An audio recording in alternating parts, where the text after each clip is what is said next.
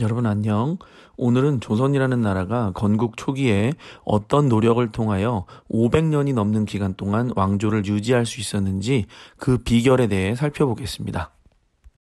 1392년 건국된 조선은 그로부터 2년 후인 1394년 한양으로 천도됩니다. 한양은 유교 통치 이념을 반영하여 정궁인 경복궁을 중심으로 왼쪽에 종묘, 오른쪽에 사직단을 둡니다. 또한 한양 도성에 유교 이념을 체현하는데요. 흥인지문, 돈의문, 숭례문, 홍지문이 그것입니다. 그리고 인의예지 신에서 신이 빠졌죠? 신은 어디에 있을까요? 힌트는 12월 31일. 1월 1일 새해를 맞이하여 여기에서 타종 행사가 진행되죠? 맞습니다. 바로 보신각이죠. 이처럼 조선은 유교의 이념을 그들의 삶에 가까이 두고 있었습니다. 하드웨어인 한양이 완성됐으니 소프트웨어도 완성해야 되겠죠? 조선 초 왕들이 어떻게 나라의 기초를 세웠는지 태조 이성계부터 살펴보겠습니다. 사실상 태조 시기의 업적은 챌린지정, 정도전의 것이었습니다. 정도전은 신분보다는 능력을 중시하는 사람이었습니다. 그는 왕은 복불복이라고 생각했어요. 성군도 있지만 폭군이나 능력이 부족한 왕이 권좌에 오르면 나라가 불안해질 것을 염려했죠. 그래서 재상들이 중심이 되어 왕을 보좌하게 하는 재상 중심의 정치를 추구했습니다. 지금 우리가 보기엔 당연한 얘기지만 이 시기에는 왕은 하늘이 점지한다라는 생각이 지배적이었어요. 그러니 왕의 부족한 부분을 제도적인 장치로 채운다? 이건 대단히 혁신적인 생각이었죠. 태종 이방원과 대립하게 되는 결정적인 이유기도 합니다. 한편 정도전은 조선 경국전 경제 문감을 통해서 조선의 법체계와 정치 조직의 밑그림을 그렸고요. 불시 잡변을 통해 불교를 비판합니다. 정도전이 얼마나 불교에 부정적이었냐면 불시는 부처님이란 뜻이고요. 잡변은 잡스러운 말이라는 거예요. 어느 정도인지 짐작이 가시나요? 한편 태조 때는 고구려 천문도를 참조하여 천상열차 분야지도가 제작되었습니다. 태종 이방원은 왕이 계승해서 장자 세습이 원칙인 점을 감안하면 절대 왕이 될 수 없었지만 조선 건국의 기여도 측면에서 보면 상황이 달라지죠. 그만큼 뭔가를 아버지에게 기대하고 있었는데 갑자기 이성계는 둘째 부인 신덕 왕후의 소생인 막내 동생 이방석을 세자로 책봉합니다. 첫째 부인 신의왕후 한씨의 소생도 아니고 말이에요. 세자 책봉에 힘쓴 건 정도전이었습니다. 조선 건국에 큰 역할을 했던 이방원의 입장은 어땠을까요? 게다가 표전문 사건이 발생하면서 정도전은 요동정벌을 추진하게 됩니다. 요동정벌에 필요한 병사를 충당하기 위해서 사병을 혁파하는데 이방번의 사병은 그대로 두고 이방원의 사병만 혁파하고자 하니 이방원의 분노는 극에 달했겠죠. 분노의 칼은 정도전을 향합니다. 명분은 정도전이 신의왕후 한씨 소생의 왕자들을 죽이려고 한다는 것이었고요. 결국 이방원은 정도전, 이방번, 이방석을 죽입니다. 그러면 이방원이 바로 왕위에 올랐을까요? 아닙니다. 형인 이방과에게 왕위를 양보합니다. 그는 2대 임금 정종입니다. 이성계는 상황으로 물러나게 되고요. 그렇게 1차 왕자의 난으로 이방원이 권력을 잡게 되었는데 이 과정에서 참여한 박포가 1등 공신이 되지 않자 불만을 품고 이방원의 바로 위의 형인 이방간에게 반란을 부추깁니다. 2차 왕자의 난이 발생한 거죠. 이방원은 반란을 진압하면서 완전히 권력을 차지하게 되었고 정종은 그에게 선의하며 태종은 왕위에 오르게 됩니다. 용상에 오른 태종은 사병을 혁파합니다. 누구보다 자신이 사병의 위험성을 잘 알고 있었기 때문이었겠죠. 또한 세금 징수와 군역 부과를 위해 호패법을 실시합니다. 이 시기에는 동양에서 가장 오래된 세계지도인 혼일강리 역대국도 지도가 제작되었고요. 금속활자인 계미자도 만들어집니다. 육조직계제를 실시하며 의정부의 권한을 약화시키고 왕권 강화를 꾀합니다. 사실 이방원이 왕위에 오르니까 조사이라는 사람이 함흥에서 반란을 일으켰습니다. 하지만 조사이는 함흥에 연고가 없는 사람이었어요. 그러면 함흥에 연고가 있었고 이방원의 즉위를 반대하는 사람은 누구였을까요? 끝까지 그의 아버지는 이방원을 긍정적으로 생각하지는 않은 것 같습니다. 지금까지 태조부터 태종까지 살펴보았습니다. 사실 분량 조절을 실패했어요. 원래 성종까지 설명드리려고 했는데 이방원이 왕위에 오르게 된 이야기를 짧은 설명으로 끝내면 연결이 잘 안 될까봐 분량을 늘리다 보니 이렇게 됐네요. 다음 시간에 이어서 세종부터 성종까지 설명드리겠습니다. 여러분 안녕. 오늘은 세종, 세조, 성종대왕이 어떻게 조선의 기틀을 다져갔는지 살펴보도록 하겠습니다. 먼저 왕권과 신권의 조화를 추구했던 세종대왕부터 알아보겠습니다. 세종은 집현전을 설치하여 경연을 실시합니다. 경연이란 왕과 신하가 유교 경전을 공부하던 자리였으나 이후 국가 정책도 같이 논의하는 자리가 됩니다. 또한 의정부 서사제를 실시하며 신하들과의 정책 토론을 즐깁니다. 그리고 신하들을 너무 사랑해서 퇴직을 안 시켜요. 황희 이야기는 유명하죠? 황희는 90세의 생을 마감하는데요. 87세까지 세종이 놔주질 않았어요. 그만큼 백성을 위해 신하들이 부지런히 힘써야 한다는 의미였겠죠? 한편 세종 시기에 과학, 지리, 역법, 의학, 인쇄술, 무기 등 거의 모든 분야에서 혁신이 벌어지는데요. 먼저 혼천의, 간의, 앙부일구, 작용루 등 과학 분야에서 당대 최고의 기구들이 개발됩니다. 또한 우리나라 실정에 맞는 농사 지침서인 농사직설, 한양 기준의 역법서인 칠정산, 백성들에게 삼강오륜을 널리 알리고자 글과 그림을 사용하여 삼강행실도를 편찬하였습니다. 세종은 최윤덕과 김종서로 하여금 각각 사군과 육진을 개척하게 하여 지금의 국경선을 확정합니다. 사실 숙종 때 백두산 정계비 비문에 서위 압록 동이 토문이라는 구절이 있는데요. 토문강에 대한 해석이 분분하거든요. 기회가 되면 숙종 임금 강의 때 다시 한번 말씀드리거나 간도 협약 설명드릴 때 다시 한번 말씀드릴게요. 어쨌든 그렇게 현재의 국경선이 확정됩니다. 한편 왜구의 근거지였던 쓰시마를 이종무로 하여금 정벌케 했습니다. 여러분 최근에 우리나라에서 독자 개발한 누리호 발사 지켜보셨죠? 저도 국뽕이 심하게 차올랐는데요. 더더욱 국뽕에 취할 수 있는 얘기 하나 할까요? 우리나라가 세계 최초로 다연장 로켓포를 개발한 걸 알고 계신가요? 바로 신기전입니다. 신기전은 세종 때 주화를 개량하여 만든 무기고요. 나무구멍 100개에다가 중신기전이나 소신기전 100개를 꽂고요. 발사각을 조절해서 점화선에 불을 붙이면 15발씩 차례대로 발사되는 겁니다. 그럼 이 무거운 신기전을 어떻게 옮겼을까요? 신기전을 운반하는 도구는 화차입니다. 참 신기하지 않으세요? 최무선에 달리는 화살 주화에서 이젠 날아가는 화살이라뇨. 세종은 지독한 워커홀릭이셨던 것 같아요. 아직 끝이 아닙니다. 음악에도 뛰어난 재능이 있던 세종은 아악을 정리하여 종묘제례악을 완성하고 정감보라는 악보를 편찬합니다. 뜬금없이 왜 음악이 나오냐고요? 조선은 뭐의 나라다? 유학의 나라죠. 공자께서는 논어에서 예악을 강조했어요. 말 안 해도 알겠죠? 공자의 가르침을 잘 실천하고 있는 겁니다. 저번 시간에 태종 때 개미자 공부했죠. 세종 때는 갑인자가 만들어지는데요. 우리 시대로 빗대면 일종의 글씨체, 폰트예요, 폰트.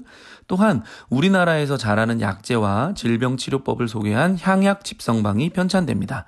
이 책은 한 번에 띠용 하고 나온 게 아니라 고조선 때부터 전해오는 한의학 책을 기본으로 해서 편찬된 겁니다. 세종의 백성사랑은 아직 끝이 나지 않았습니다. 천시받고 무시받고 멸시받고 최하위 계층이었던 노비에게도 출산을 하게 되면 산전휴가 포함 130일의 휴가, 남자 노비에게도 30일의 휴가를 부여했습니다. 세조의 업적으로 넘어가야 되는데 세종대왕의 업적 중 탑 오브 더 탑이 아직 소개가 안 됐어요. 바로 훈민정음 창제. 글을 안다는 것은 권력이에요. 글을 모르면 불편함을 넘어 불이익을 받을 수 있잖아요. 세종은 누구나 쉽게 익히고 쓸 수 있는 글자를 아예 창조해버린 거예요. 그것도 혼자. 정말 감사하고 또 감사합니다. 세종은 눈이 안 좋아지고 있었는데 훈민정음 창제 과정에서 시력을 거의 잃었다고 해요. 세종실록의 기록에 의하면 어두운 곳은 지팡이 없이 걷기 힘들었다고 적혀 있어요. 자신의 눈과 백성의 안위를 바꾼 성군, 그저 감사할 따름입니다. 한편 만들어 놓고 사용이 되지 않으면 소용이 없기 때문에 하급 관리를 뽑을 때 훈민정음으로 시험을 보기도 했고요. 용비어천가, 삼강행실도 등 훈민정음이 널리 보급될 수 있도록 각종 서적을 편찬합니다. 드디어 세조의 업적입니다 하려고 했는데 또 분량 조절에 실패했어요. 계유정난 얘기하면 또 길어지거든요. 오늘은 여기서 마무리하고요. 다음 시간에 세조부터 성종까지 꼭 공부하도록 하겠습니다. 여러분 안녕. 오늘은 세조와 성종이 조선의 기틀을 어떻게 다졌는지 알아보는 마지막 시간입니다. 세조의 업적을 논하기에 앞서 세조가 왕위를 찬탈한 과정부터 살펴봅시다. 문종은 자신이 오래 살지 못할 것을 예견하고 영의정 황보인, 우의정 김종서 등에게 세자가 즉위하면 잘 보필할 것을 부탁하며 승하합니다. 문종의 유언에도 불구하고 수양대군은 1453년 김종서의 집을 불시에 습격하여 그와 그의 두 아들 모두를 죽입니다. 거사 직후에 김종서가 모반하였으므로 처단하였다라는 이유를 들었습니다. 곧이어 단종의 명이라고 속여 중신들을 소집한 뒤 한명회로 하여금 사전에 준비한 계획에 따라 황보인 등을 죽이도록 하였으며 수양대군의 친동생인 안평대군이 황보인, 김종서 등과 한패가 되어 왕위를 빼앗으려 했다라는 명분으로 강화도로 귀양 보냈다가 사사하였습니다. 수양대군은 쿠데타로 반대파를 숙청한 뒤 정권을 장악하였는데 그는 의정부 영사와 이조판서, 병조판서, 내외 병마도통사 등을 겸직하였습니다. 바로 권좌에 오르지는 않습니다. 누가 떠오르세요? 저는 이방원이 오버랩되네요. 이 피비린내 나는 사건을 계유정난이라고 합니다. 계유정난 이후 용상에 오른 세조에 대한 반발이 이어졌는데요. 성산문을 비롯한 집현전 학사들이 단종 복위를 계획했고 동생인 금성대군도 단종 복위 운동을 벌였습니다. 결국 세조는 사육신과 금성대군은 물론 어린 단종까지 죽이며 권력 쟁취에 마침표를 찍게 됩니다. 권좌에 오른 세조는 집현전과 경연을 폐지시키고 육조 직계제를 부활시켜 왕권을 강화했습니다. 이시해의 난을 이유로 유양소를 폐지하여 중앙집권 체제를 강화하기도 했고요. 한명회의 건의로 시작된 오가작통법을 통하여 세금 징수를 보다 효과적으로 시행했습니다. 세조는 육전상종소를 설치하고 경국대전 편찬 작업을 시작하게 하였습니다. 먼저 호전이 완성되었고 1466년 편찬이 일단락되었지만 보완을 계속하느라 전체적 시행은 미루어졌습니다. 예종대의 작업이 끝났지만 예종의 갑작스런 죽음으로 시행되지 못하고 있다가 성종대에 최종적으로 경국대전을 시행하였습니다. 한편 세조는 현직 관리에게만 수조권을 분급하는 직전법을 시행하는데요. 과전에 충당할 토지가 부족해진 것이 가장 큰 이유지만 관리들의 경제력을 약화시키고 국가 재정을 튼튼히 하려는 목적 또한 있었습니다.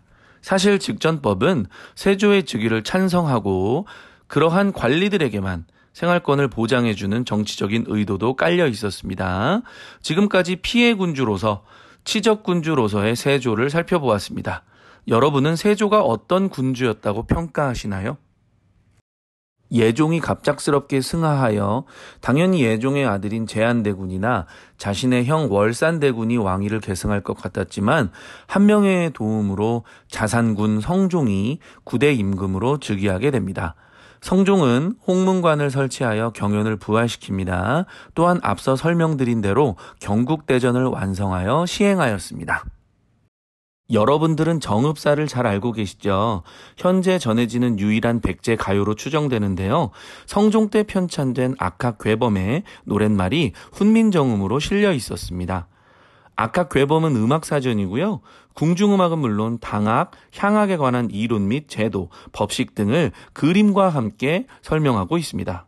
또한 오래의 예법과 절차 등을 그림을 삽입해 쉽게 설명하는 국조 오래이도 성종 시기에 편찬되었고요. 마지막으로 단군 조선부터 고려 말의 역사를 기록한 동국통감도 편찬되었습니다. 지금까지 조선 초 왕들이 국가의 기틀을 다졌던 모습을 공부했습니다. 다음 시간에는 조선의 통치체제에 대해 살펴보겠습니다. 여러분 안녕. 오늘은 조선의 통치제도 중에서 중앙, 지방, 군사, 통신에 대해서 알아보겠습니다. 조선은 최고 통치기구인 의정부를 중심으로 행정 실무를 담당하는 6조, 왕과 관리의 권력 독점과 부정을 방지하는 사관원, 사헌부, 홍문관을 뜻하는 3사가 있었습니다. 왕의 비서기관인 승정원, 왕의 직속 사법기구이자 역모사건을 담당하는 의금부, 사초를 작성하는 춘추관, 춘추관은 실록청에서 만든 실록을 보관하던 곳이기도 합니다. 한양의 행정과 치안을 담당하는 한성부, 왕실의 재산과 토지를 관리하는 내수사가 있었습니다. 조선의 지방행정조직은 비빔면입니다. 이거 BPL 아니고요. 기억하기는 쉽죠. 팔도 아래에 부, 목, 군, 현을 두었는데요. 여기에 파견된 지방관은 부사, 목사, 군수, 현령이라고 불렀습니다. 조선은 고려와 다르게 모든 군과 현의 지방관을 파견했는데요. 이것은 중앙집권 체제가 강화되었음을 의미하며 한마디로 왕의 파워가 지방까지 미쳤다는 뜻입니다. 자, 여기서 드는 의문. 고려 때는 지방관이 파견되지 않은 속현은 향리가 행정실무를 담당했었잖아요. 그러면 모든 군과 현의 지방관이 파견된 조선에서 향리의 지위는 어땠을까요? 고려시대보다 지위가 낮아졌습니다. 지방관의 지시를 받고 지방관을 보좌하는 역할에 그칩니다. 지방도 양반이 있었겠죠?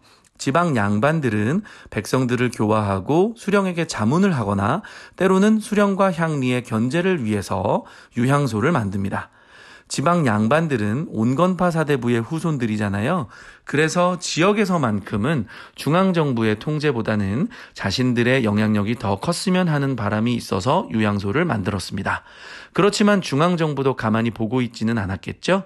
유향소를 통제하기 위해서 고려시대 사심관 제도와 유사한 경제소를 만듭니다.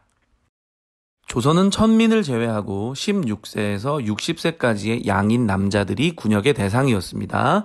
하지만 현직 관리나 학생, 상인, 수공업자들은 면제되었습니다. 부럽네요. 자, 그러면 군역은 어떻게 시행되었을까요?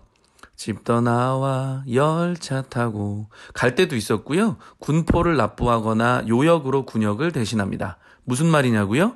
정병과 보인을 뜻하는 말인데요. 정병은 실제로 군인 신분으로 국방 요충지에 배치되는 사람들을 얘기하고요. 보인은 군복무를 하는 대신에 군포를 납부하거나 요역으로 군역을 대신하는 사람들을 말합니다. 대체로 1정병, 2보인 체제였다고 하네요. 자, 조선의 중앙군은 5위. 이 사람들은 직업군인입니다. 한양과 궁궐의 수비를 담당했고요. 각 도에는 육군의 병마절도사, 수군의 수군절도사가 파견되었고 예비군의 성격인 잡색군이 지방의 방어를 담당하였습니다. 여러분, 지금이야 각종 통신 장비들이 발전해서 외국의 소식도 금세 접할 수 있잖아요. 그런데 조선시대에 인터넷이나 스마트폰이 있었던 것도 아니고요. 국경 지역에서 위급한 일이 생기면 어떻게 전달했을까요? 산봉우리에 봉화대를 설치해서 낮에는 연기, 밤에는 불을 피워서 국경 지역의 위급 상황을 알렸다고 합니다. 자, 다음 시간에는 조선의 교육과 관리 선발 제도, 조선 전기의 대외 정책에 대해 공부하겠습니다. 여러분 안녕. 오늘은 저번 시간에 이어서 조선의 통치제도 중에서 교육, 관리 선발에 대해 알아보고 조선 전기 대외 정책에 대해 살펴보겠습니다. 조선에서는 양인이면 원칙적으로 누구나 교육을 받을 수 있었지만 사실상 현실은 양반 자제들을 중심으로 교육이 이루어졌습니다. 공부 과목은 유교였습니다. 서당에서 천자문, 명심보감 같은 기초적인 교육을 받았고요. 서당을 졸업한 이후에는 한양에서 사부학당, 지방에서는 향교에서 유교 경전을 교육받았습니다. 사부학당과 향교에서는 사서와 오경을 공부했고요. 여기서 학업이 우수한 학생들은 성균관 입학 자격이 주어지거나 또는 진사시, 생원시 시험에 직접 응시할 수 있는 자격을 부여받았습니다. 사부학당과 향교에서 우수한 성적을 기록한 학생들 또는 1차 시험격인 속과를 통과하면 성균관에 입학하여 수준 높은 유학교육을 받았습니다. 성균관 입학생들은 기숙사에서 생활하며 공부했습니다. 숙식과 필기구 등 성균관에서 생활하는 모든 것들은 무상으로 지급되었습니다. 성균관에서 열심히 공부한 학생들은 관리가 되기 위해서는 대과에 합격해야 했습니다. 이 대과를 문과시험이라고 생각하시면 됩니다. 대과는 크게 초시, 복시, 전시가 치루어졌는데요. 초시는 성균관 학생 중 우수한 학생이 응시하는 50명 규모의 관시, 한양에 사는 양반이 응시하던 한성시, 향촌에서 살던 양반 150명 정도가 응시하는 향시로 구성되었다고 합니다. 초시에서 240명을 추려낸 뒤 두 번째 시험인 복시가 치러졌는데요. 그 단계에서는 33명의 합격자를 확정했다고 합니다.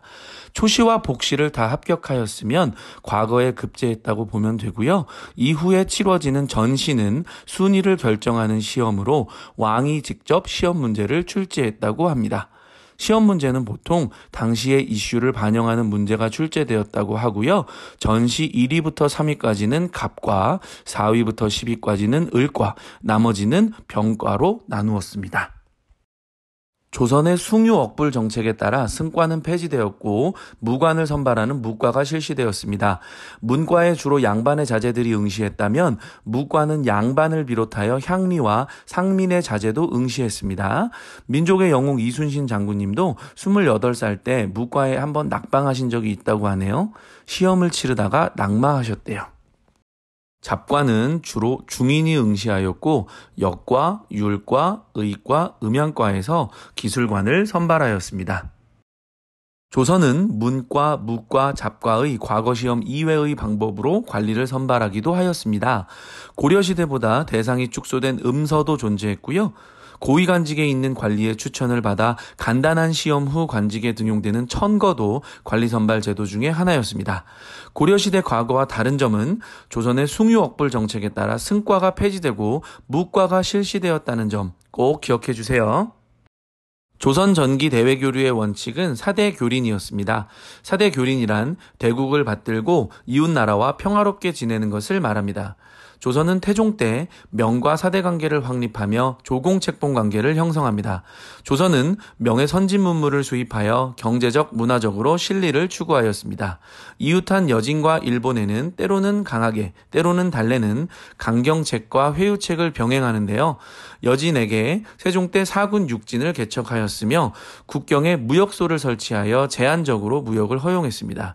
일본에게는 세종 때 스시마를 정벌하게 하였으며 부산포, 연포, 제포를 제한적으로 개방하는 삼포 개항을 통해 교류했습니다. 또한 류큐 왕국, 시암, 자와 등과도 교류하였습니다. 다음 시간에는 훈구와 사림의 대결, 사화에 대해서 공부하겠습니다. 여러분 안녕. 오늘은 훈구파와 사림파 간의 극한 대결, 사화에 대해 살펴보겠습니다. 사화를 이해하기 위해서는 먼저 훈구파가 무엇인지 사림파가 무엇인지 정리를 해야 하는데요. 훈구파는 세조의 왕위 찬탈 과정에 참여한 공신들, 대표적으로 한명회, 정인지, 신숙주 등을 말합니다. 사림파 이전의 이름인 사학파에 대비되는 용어로 관학파라고도 불렸습니다.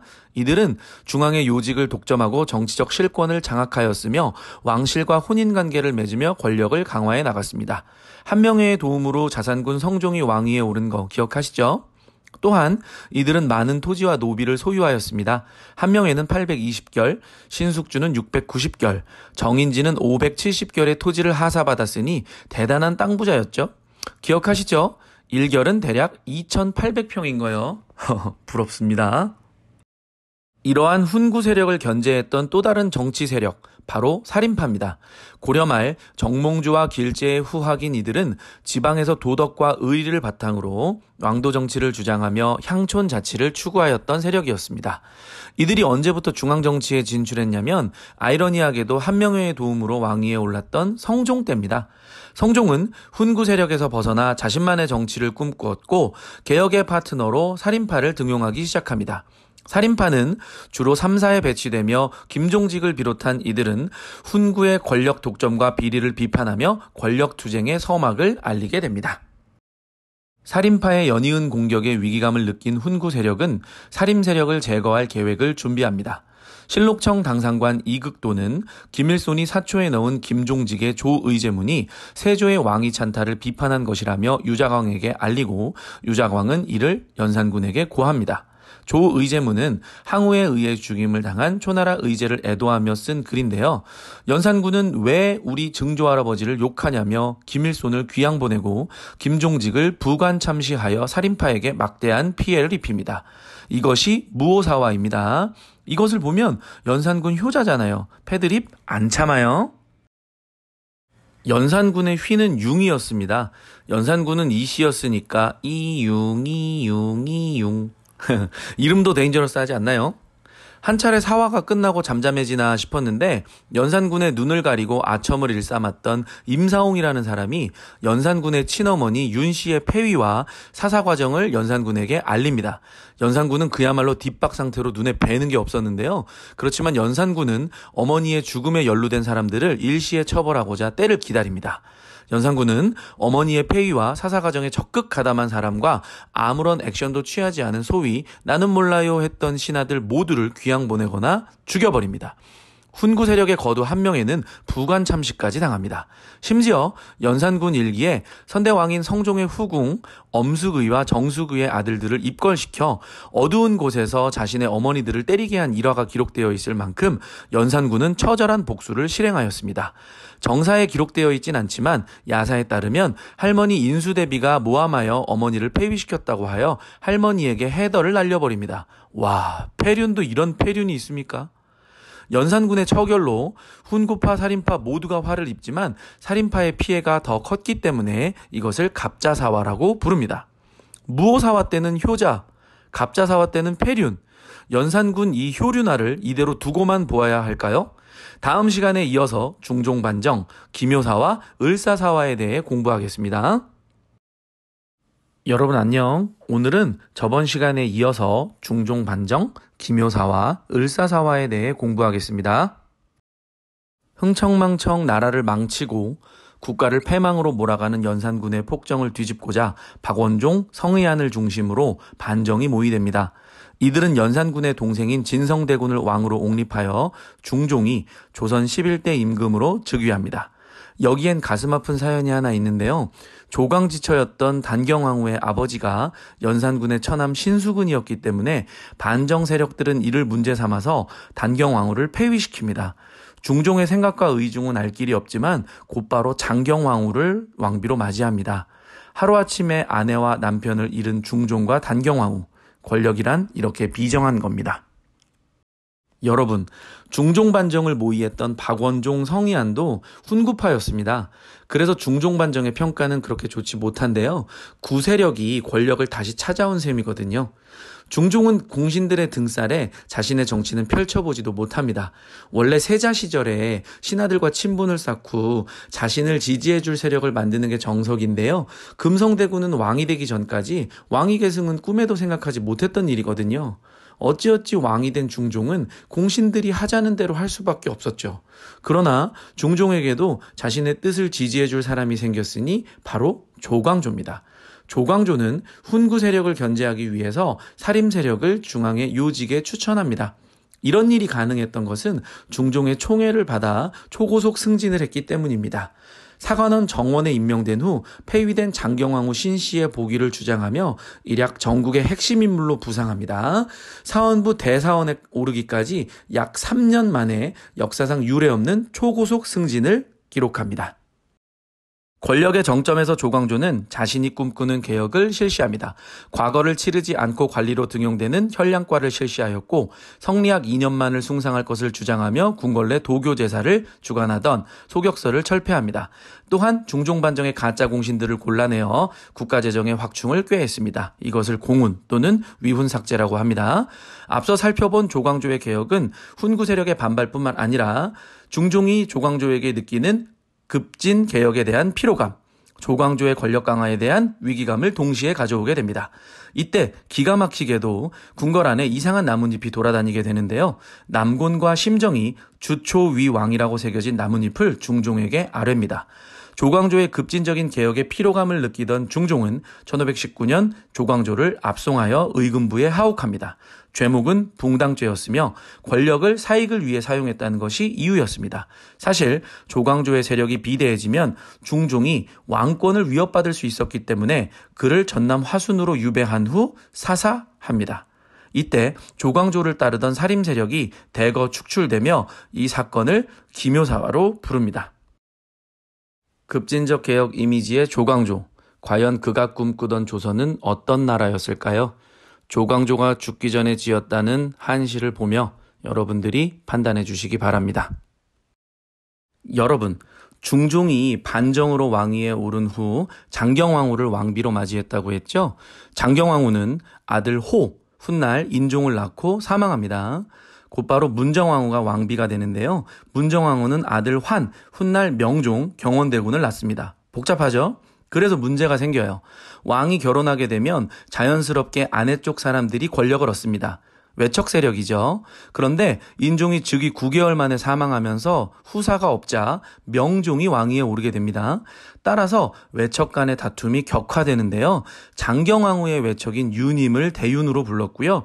문정왕후의 외척인 윤원영을 소윤이라고 불렀습니다. 막강한 권력을 가지고 있던 윤원영 일파는 일시의 대윤파 윤임파를 숙청합니다. 이러한 갈등 속에서 사림이 막대한 피해를 입게 되는데요. 이를 을사사화라고 합니다. 지금까지 4번에 걸친 사화에 대해 알아보았습니다. 연산군 때 무오사화, 갑자사화가 발생했고요. 중종 때 기묘사화, 명종 때 을사사화가 발생하며 사림은 엄청난 피해를 입었습니다. 하지만 서원과 향약을 통하여 끊임없이 인재를 공급받았고 향촌의 지배력을 유지하며 16세기 이후 화려하게 권력에 복귀하게 됩니다.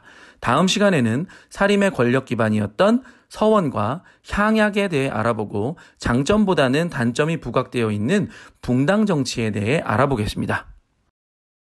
여러분 안녕. 오늘은 서원과 향약, 붕당 정치에 대해 살펴보겠습니다. 서원은 덕망 있는 유학자에 대하여 제사를 지내고 성리학을 연구하는 곳이었지만 사실상 지방 양반의 자제들을 교육하는 기관이었습니다. 우리나라 서원에 대해 알아보면 주세붕은 풍기군수로 부임하여 안양을 모시는 문성공묘를 세웠고 1543년에 백운동 서원을 최초로 건립하였습니다. 여러분, 1,000원짜리 지폐의 인물이 누구인지 잘 알고 계시죠? 서원의 보급에 힘쓴 이가 바로 이황 선생입니다. 이황 선생은 사림이 일반 백성을 교화해야 한다는 원칙을 가지고 백성을 교화하기 위해서는 사림부터 본보기가 되어야 하며 학문의 방향성을 올바르게 가져야 하므로 이를 서원에서 교육해야 한다라고 주장했습니다. 이후 이황 선생은 풍기군수가 되면서 백운동 서원의 사액을 이끌어내는 데 결정적 역할을 합니다. 백운동 서원은 이후 명종으로부터 소수서원이라는 현판을 하사받고 사액서원이 됩니다. 사액은 왕이 직접 현판의 글씨를 하사한 것을 말하고요. 또한 국가에서 토지, 노비, 서적 등을 지원받습니다. 한편 일반 백성을 교화하기 위해 사림 세력의 주도로 향촌의 자치규약, 향약이 만들어집니다. 이황의 예안향약, 이의 해주향약, 대표적인 우리의 향약이고요. 조광조가 중국의 여시향약을 번역하여 보급합니다. 사림은 향약을 바탕으로 향촌 사회의 질서 유지와 풍속을 교화하는 데 힘썼으며 지방에서의 영향력을 점차 확대해 나갔습니다. 참고로 향약의 4대 덕목은 좋은 일은 서로 권한다는 덕업상권, 예로서 서로 사귄다는 예속상교, 잘못된 일은 서로 규제한다는 과실상규, 어려운 일이 있을 때 서로 돕는다는 환난상율이 있습니다. 사림 세력은 16세기 이후 선조 때 정계를 장악합니다. 사림은 학문적 성향의 차이로 붕당을 형성하게 되는데요. 동인 세력은 이황과 조식, 서경덕의 학풍을, 서인 세력은 이희와 성온의 학풍을 계승하였습니다. 처음 붕당이 형성되었을 때는 상대 붕당의 입장을 존중하며 상호 비판과 견제가 합리적으로 이루어지는 등 건설적인 관계가 형성되었습니다. 하지만 명종 때 격화된 척신 정치를 어떻게 청산할 것인지와 이조의 정랑과 좌랑을 일컫는 이조전랑을 임명하는 과정에서 김효원을 지지하는 동인과 심의겸을 지지하는 서인으로 첨예하게 대립하게 됩니다. 이 과정이 결정적으로 붕당 정치가 벌어지는 계기가 되는데요. 이조전랑이라는 직책은 비록 품계가 높지는 않지만 3, 4관원을 추천할 수 있는 통청권과 자신의 후임을 천거할 수 있는 자천권을 가진 품계에 비해 막강한 권한을 가진 자리였습니다. 이조전랑을 차지하는 붕당이 전국을 주도할 수 있었기 때문이죠. 지금까지 서원과 향약, 붕당의 형성에 대해 알아보았습니다. 사림 세력도 그럴싸한 계획이 있었습니다. 권력의 단맛에 취하기 전까지는요. 권력이 사람을 바꾸나 봅니다. 원래의 취지대로 붕당 정치가 전개되었다면 어땠을까요? 많은 아쉬움이 남습니다. 다음 시간에 조선 전기 문화에 대해 알아보겠습니다.